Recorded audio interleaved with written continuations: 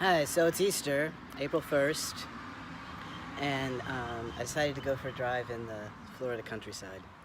I'd been hanging around Gainesville long enough, I was getting a little bored, and this is not the best time of year for me. Yesterday was the 24th anniversary of the day my daughter died. That's tattoo of her with some of her ashes mixed in with the ink. So she's always in my arms and close to my heart. So that's usually a day that's kind of a wash for me. And then the day right after it is, sorry about the cars. I'm at this cool 50-foot rocket out in the middle of nowhere. Here, let me show you. I took some shots of it. Let me stick that right here.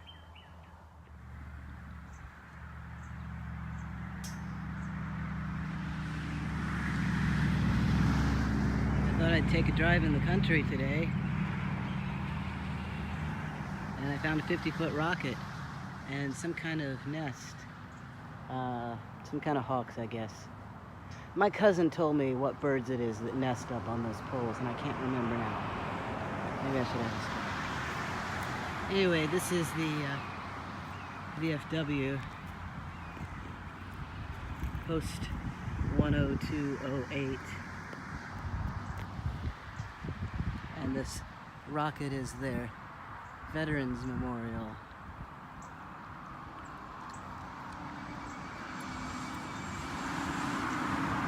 Which is pretty cool.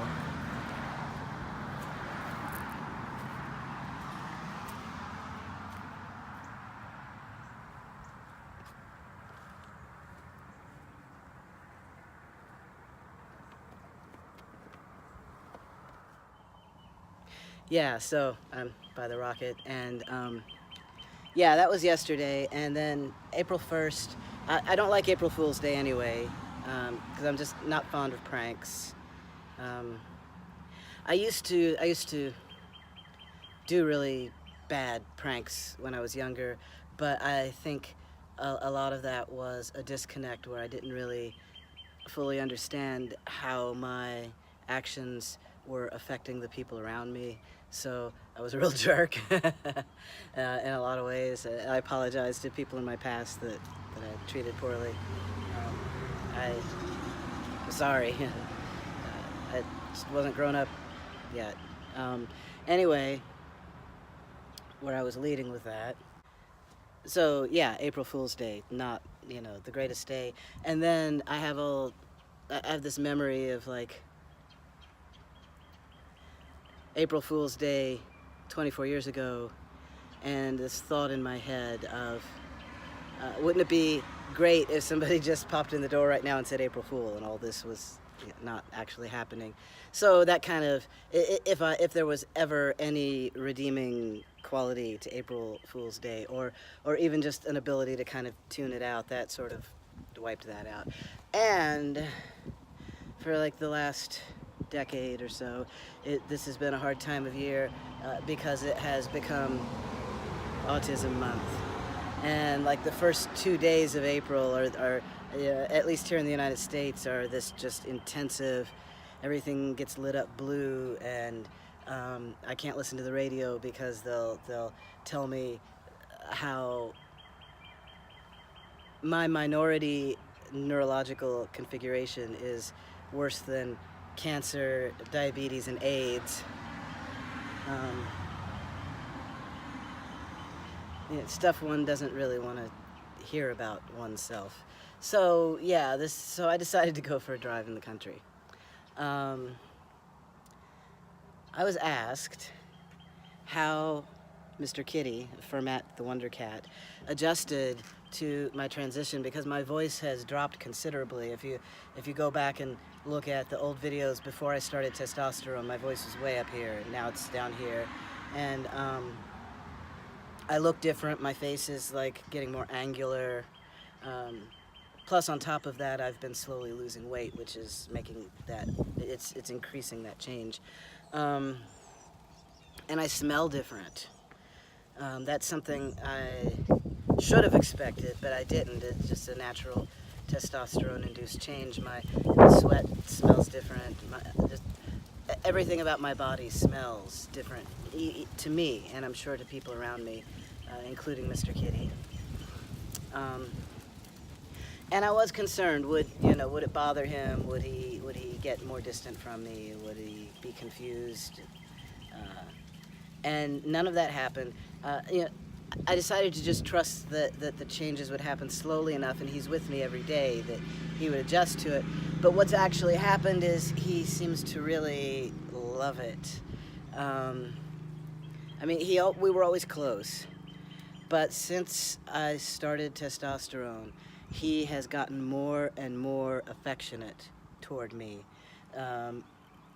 Velcro Kitty much more often, always has to be touching me. A paw, his back, laying on my foot, laying on my hand, always has to be touching me now.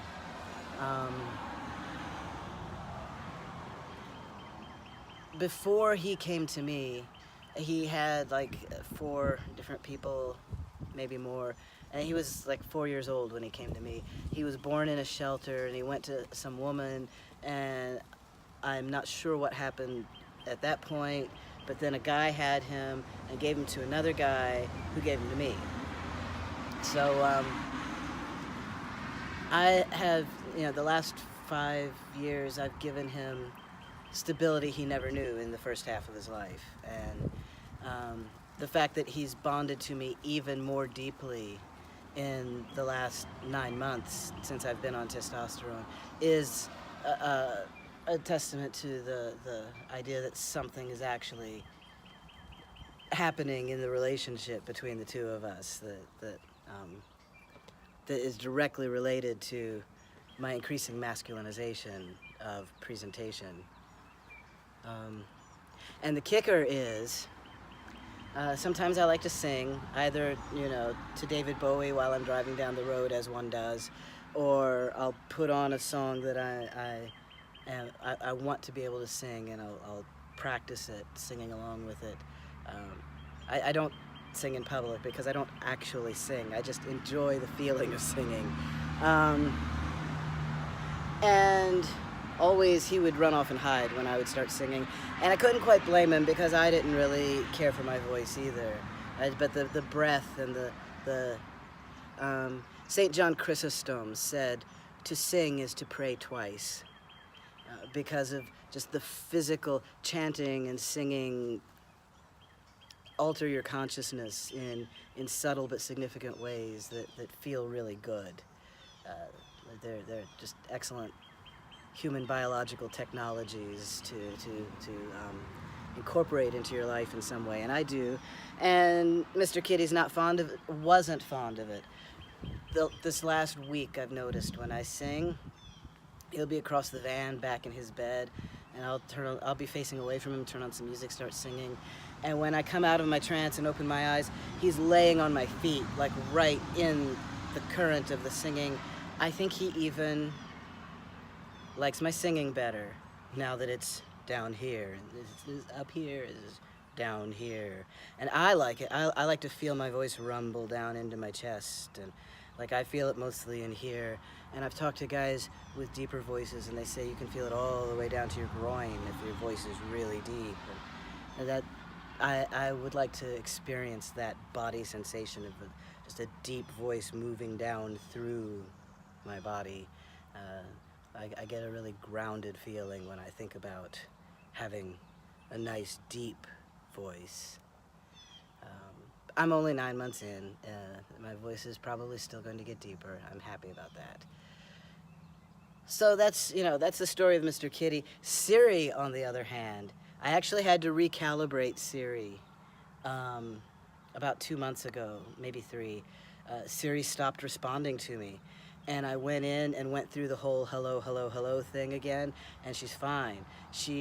My voice had slipped out of the range that she was able to recognize as being my voice, and I had to renew my relationship with Siri, which was affirming. I appreciated that. So that's it. I'm out of time. I hope you like the rocket. Thanks for the question. It was fun to talk about, and see y'all in the next video.